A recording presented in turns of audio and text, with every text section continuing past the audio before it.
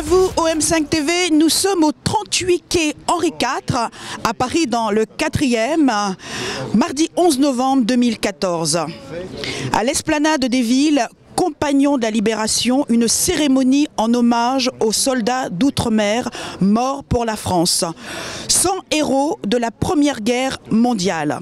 En présence de Madame Danielle Apocal, déléguée générale à l'outre-mer, Madame Anne Hidalgo, maire de Paris, Monsieur Christophe Girard, maire du 4e arrondissement, Madame Catherine Vieux-Charrier, adjointe à la mairie de Paris, chargée de la mémoire et du monde combattant, correspondant défense.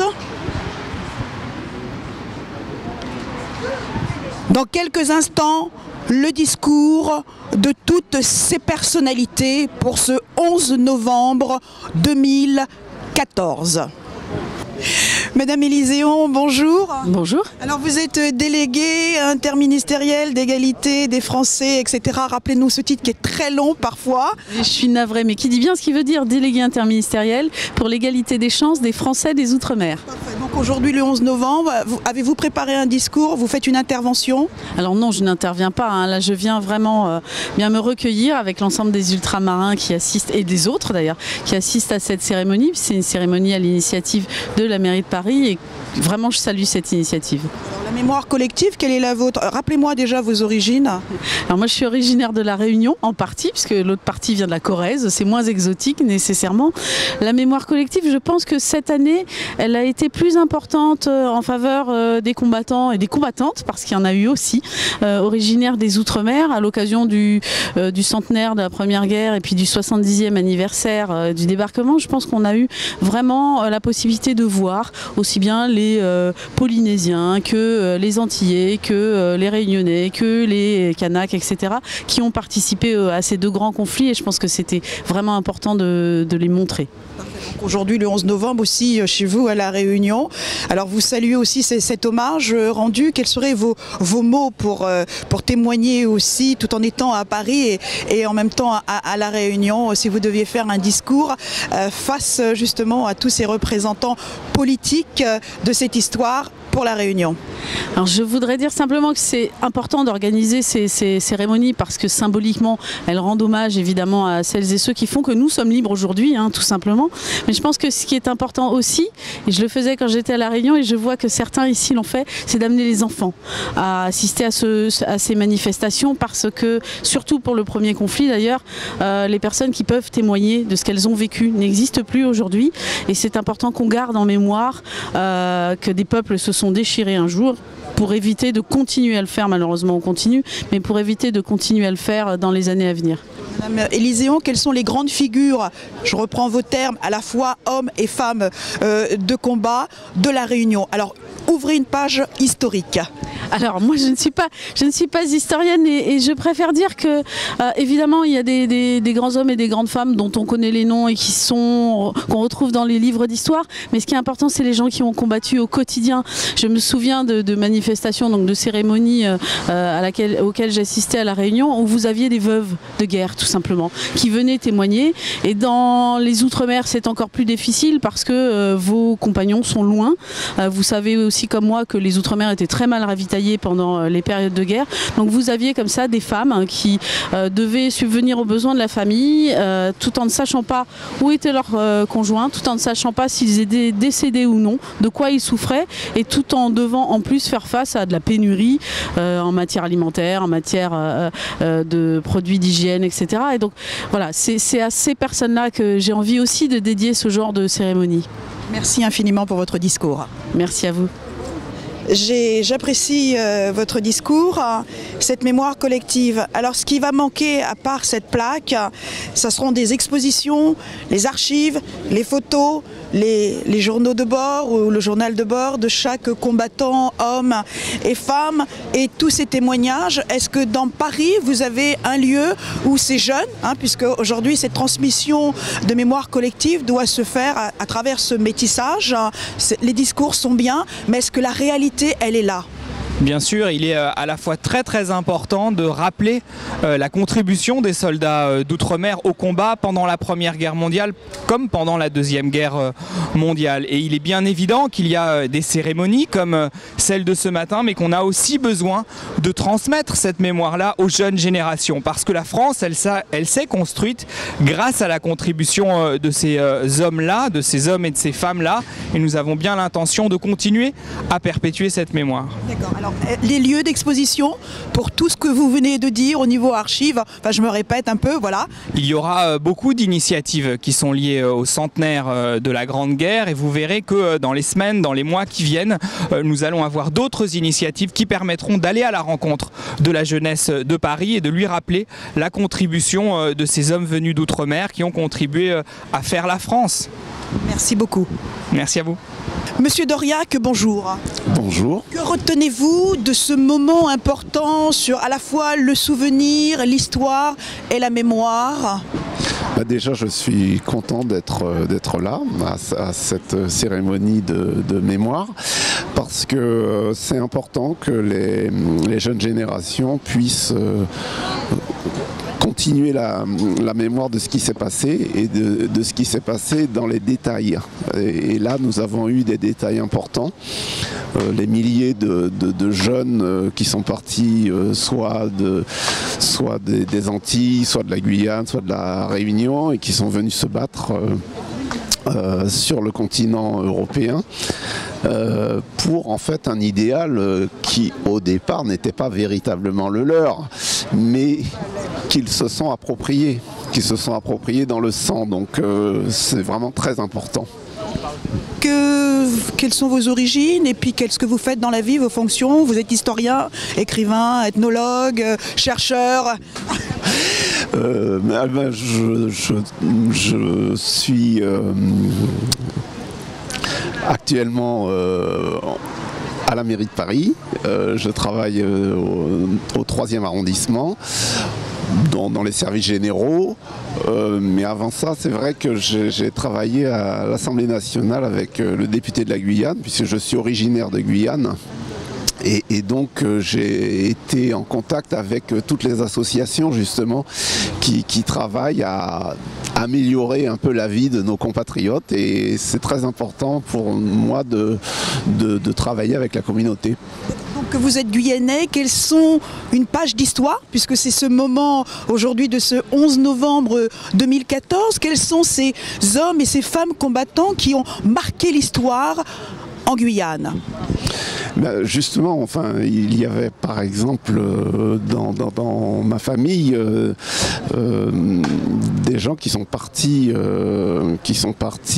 alors à l'époque c'était vraiment très très long et très compliqué, mais en tout cas qui ont été engagés dans cette guerre. Certains ne sont pas revenus et ça a été un manque important dans les familles. En plus, nos origines, c'est Saint-Laurent-du-Maroni, donc il y avait toute l'activité autour du bagne, et ça a été des moments importants. Oui. Merci beaucoup, merci monsieur. Merci. Au revoir. Valentin Lindor, en 2001, à l'âge de 102 ans, est reconnu et il reçoit la croix du combattant et un chèque royal de 300 €. Le 11 novembre 2002, chevalier de la Légion d'honneur, et il meurt à 104 ans. Votre réaction et votre reconnaissance sur le travail tardivement de tous ces combattants, pourquoi aussi tard? Eh bien, le devoir de mémoire a été longtemps reconnu par la nation et par l'État. On peut toujours regretter de voir un combattant de la Grande Guerre, de la Première Guerre mondiale, décoré à 102 ans, comme vous l'avez dit. Je crois que tous les Français le regrettent, mais l'essentiel c'est que ce devoir de mémoire ait pu être fait et puisse être aujourd'hui assumé, et que l'on puisse regarder cette Grande Guerre qui a été fait de beaucoup de chemin de gloire, mais aussi de beaucoup de misère humaine, nous a permis de progresser. Et il ne faut pas oublier ceux et celles qui ont souffert, ceux qui étaient évidemment au plus près des combats, mais ceux qui sont venus de loin, comme tous nos ultramarins, les outre-mer d'aujourd'hui, les outre-mer d'hier dans ce combat. Et l'essentiel, c'est qu'on puisse aujourd'hui tous les associer, se souvenir de leur sacrifice, ce mot sacrifice qui aujourd'hui est peut-être beaucoup galvaudé, mais qui derrière beaucoup de combats a aussi relevé et a aussi été maillé de nombreuses souffrances. Merci beaucoup. Merci à vous. Madame Apokal, l'histoire nous rappelle des chiffres. 6200 soldats créoles ont été tués. 34 000 tirailleurs sénégalais sont morts ou portés disparus durant la Seconde Guerre mondiale. Y a-t-il des archives, des documents qui peuvent nous attester de tous ces chiffres? Oui, il y a des archives. Oui, il y a des documents. Oui, il y a des historiens qui travaillent. Oui, il y a une mobilisation de nombreux chercheurs, intellectuels, étudiants et citoyens ordinaires qui se préoccupent de cette mémoire des Outre-mer et des soldats morts pour la France. Oui, nous pouvons trouver dans certains lieux, vous voyez, je vais vous citer là tout de suite aujourd'hui, ce matin, on m'a remis un livre, Poilu nègre, soldats créoles et africains en 14-18. Voilà. Donc voilà un ouvrage aujourd'hui qui paraît. Mais vous avez le jardin tropical. Si vous allez au jardin tropical au bois de Vincennes, vous allez voir, il y a de nombreux vestiges sur lesquels on s'interroge comment les revivifier pour qu'ils puissent symboliser le sacrifice de nos soldats des Outre-mer. Donc oui, il y a des espaces, oui, il y a des réflexions et modestement, mais en même temps, vous avez vu la taille pardon, vous avez vu la taille de la plaque qui rappelle le sacrifice des soldats sur cette place des villes compagnons de la Libération. Donc je pense que si nous prenons pour Paris, si M. Bertrand Delanoë, Mme Georges Paul-Angevin, en 2001, ont apposé ces plaques, si aujourd'hui, en 2014, Mme Hidalgo et toujours la délégation générale à l'Outre-mer sont toujours là, je pense qu'en 2020, en 2030, et les archives sont de plus en plus riches des noms, des mots, des histoires. Aujourd'hui, vous avez la nièce, la petite nièce de Félix Éboué qui était là avec nous. Elle est là. Bon, oui, en effet. Je ne sais pas si elle est partie, on va la retrouver, mais elle est là. Elle est là et elle va faire quelque chose avec monsieur Azel Massieu, qui est une grande mémoire. Hein? Donc, non, nous n'avons pas de souci à nous faire si nous continuons à être présents chaque fois que nous devons l'être. Si nous savons répondre, si nous savons transmettre, si nous savons parler. Vous avez vu qu'il y a des petits-enfants qui sont là. Voilà. Donc, oui, dans les mémoires, dans les livres, dans les musées, dans les bibliothèques, il y a tout ce qu'il faut pour que nous poursuivions. Vous avez l'Académie des sciences de l'Outre-mer, dont notre ministre est membre. Donc, que demander de plus que notre mobilisation personnelle, que notre capacité à transmettre. Merci beaucoup, Madame Apokal. Merci à vous. En ma compagnie, Isabelle Gracien, bonjour. Bonjour. C'est un moment très important pour vous. Oui, tout à fait, puisqu'on honore la mémoire de nos ancêtres, des anciens combattants d'outre-mer qui sont morts pour la France libre. Et pour moi, c'était important d'être ici, et aussi surtout par rapport aussi à Félix Éboué, qui était compagnon de la Libération et qui était le premier résistant à rallier le général de Gaulle. Et donc, c'est un hommage qu'on fait en même temps à sa mémoire, qui était aussi un de mes parents, mon grand-oncle. C'était votre oncle? Mon grand-oncle, oui. Puisque ma grand-mère, Cornélie Éboué, s'est mariée avec Félix Gracien. Et donc, ma grand-mère, Cornélie Éboué, était la sœur de Félix Éboué. Aujourd'hui, oui, pour moi, donc c'est important d'assister à ces cérémonies pour lui rendre hommage et rendre hommage aussi à tous les anciens combattants d'outre-mer. Vous êtes la petite fille, c'est ça, ou je me trompe pas? Je suis une petite nièce. La petite nièce de Félix Éboué. Alors, quelle est votre fonction? Qu'est-ce que vous faites? Est-ce que vous continuez justement ce combat de Félix Éboué? Je sais que dans Paris, il y a une rue Félix Éboué, aux Antilles, dans les Outre-mer. Effectivement, vous, votre action, votre combat pour poursuivre sa mémoire et son écriture, son engagement aussi politique d'homme de combat, de combattant. Donc depuis 2010, pourquoi 2010? Parce que je me suis penchée dans les documents de mon père. Mon père est mort en 2006, Yves Gratien, c'était son neveu et filleul. Et il avait fait traduire un manuscrit, un livre qui s'appelle Eboué de Brian Weinstein. Et c'est comme ça que j'ai eu plus de détails par rapport à ma grand-mère Cornélie Eboué, à mon grand-père Félix Gratien, que Félix Eboué avait aidé pour un travail en Oubangui-Chari comme directeur d'usine de coton. Et j'ai voulu en savoir davantage et donc j'ai contacté l'association du Cercle Félix Eboué en Guyane pour connaître leur démarche. Et c'était l'année justement où ils militaient pour le rebaptême de l'aéroport, qui s'appelait à l'époque aéroport Rochambeau et qui a été rebaptisé aéroport Cahen Félix Eboué avec les actions menées par le Cercle Félix Eboué. Et en parallèle, j'ai mené aussi des actions en écrivant au président de la République de l'époque, M. Sarkozy, qui avait transmis mon courrier donc au préfet de la Guyane. Et par la suite, donc l'inauguration s'est faite en 2012, le 21 janvier à Cayenne. Donc j'ai eu l'honneur d'y assister. Et par la suite, à mon retour sur Paris, il y a eu d'autres faits pour le métro Daumesnil. Donc là, il y a un panneau culturel qui est en cours de réalisation au métro Daumesnil pour Félix Eboué. Voilà.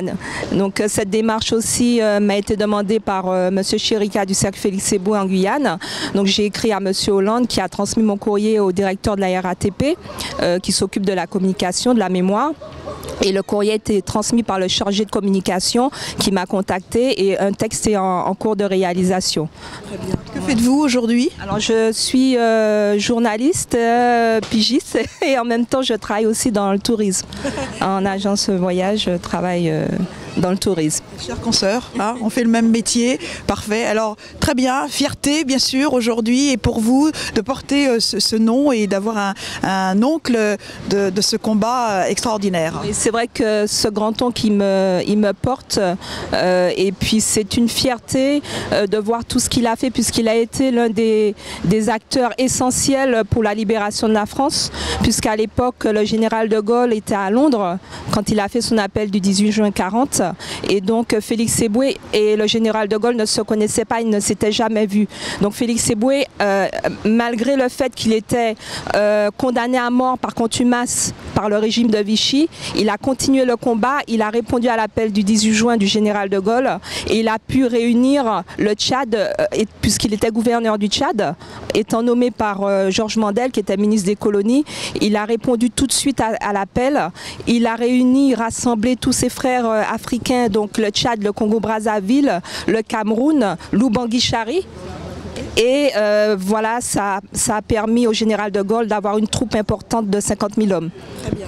Quelle belle page d'histoire de Félix Eboué avec vous, sa nièce. Merci infiniment. Merci, à très bientôt. À très bientôt, merci à vous. À mon père et ses compagnons tirailleurs, des invalides, demeure de l'empereur, qui demeure la lampe de l'horreur, à l'arc de triomphe, d'où repose le soldat inconnu, comme le sont devenus les nôtres, emblème de damnation qui remblème toutes ces négations. Damnation. Quelques gerbes de fleurs et des pleurs, à nous en donner la gerbe. Adieu rancœur, car l'odieux ne rend le cœur. Nos tirailleurs ont aimé la patrie, ils leur ont donné leur vie, leur vite et leur sang. À elle qui trie par couleur sa rançon de gloire. Pas de pension pour les Noirs. Non plus aux autres troupes coloniales, Boumiers, Zouaves et autres croupes indigentes enlanguées de promesses suaves. Des postillons, pour de la chair à canon distillée par cristallisation. Faut-il une cryonisation pour toucher la pension des derniers bataillons? Vrai vœu pieux d'une veuve pieuvrée. Ils servirent de chair à canon, car non cher à leurs yeux serviles. Ils furent des millions à faire les deux guerres, mais l'on ne s'en soucie guère. Servi, le deal facile. Et j'entends la voix des indigents couvrant celle des indigènes. Camarades, camarades, qui amarra les amarres de ma race? Et l'on ne se bat plus. Sur les mêmes fronts qu'hier, qui n'ont même plus de frontières. Fils de tirailleur, il faut que tu te tires ailleurs. Mon cœur a mal de ce viol doudouisant de la mémoire. Ils ont su battre l'ennemi pour se faire terrasser par la patrie sauvée. Au sang glacé, l'avoir gelé, au sang glas, si c'est de l'avoir, je l'ai. La mort si blanche d'une larme noire, la pensée noire d'une colombe blanche. Et il ne reste plus que des larmes de sang, et mes pleurs d'enfant dans mes yeux d'adulte, reprenant amèrement un air déjà culte. Camarade, camarade, qui amara les amarres de ma race? Et j'ai beau crier mon respect en la patrie, au cœur de l'encrier, il ne reste que mes cris. Félicité Eboué, car Félix Eboué pour la France, noyé dans les eaux d'une armée nazie. Cet hexagone pris sous les remous SS lance un SOS d'Angleterre. Et c'est sous l'autre angle de cette terre que de par-delà les mers, Félix accourt à la sauver, armé de 400 000 hommes amers. Cette chair à canon, si elle pouvait parler, c'est les yeux dans les yeux, le regard ne ment pas, qu'elle ira te chercher la triste vérité, enfonçant dans ta mire le reflet de sa descendance, qui déjà te regarde et t'admire, sans aucune condescendance. Eboué n'est maintenant qu'un nom de place ou de rue, qui nous entraîne vers ces airs de tragédie, de roi, Christ, off, qui doute à sec d'amasser mon sang gore sur mon air vil, ou d'amasser mon air vil sur mon sang gore. Est, ouest, sud, nord, et Léopold, si tard, s'endorment. C'est nous les Africains qui revenons de loin. Nous venons des colonies pour sauver la patrie, car nous voulons porter haut et fier le beau drapeau de notre France entière. Et si quelqu'un venait à y toucher, nous serons là pour mourir à leurs pieds. En avant pour le pays, pour la patrie, c'est nous les Africains, c'est nous les Africains. Camarades, camarades, qui amara les amarres de ma race?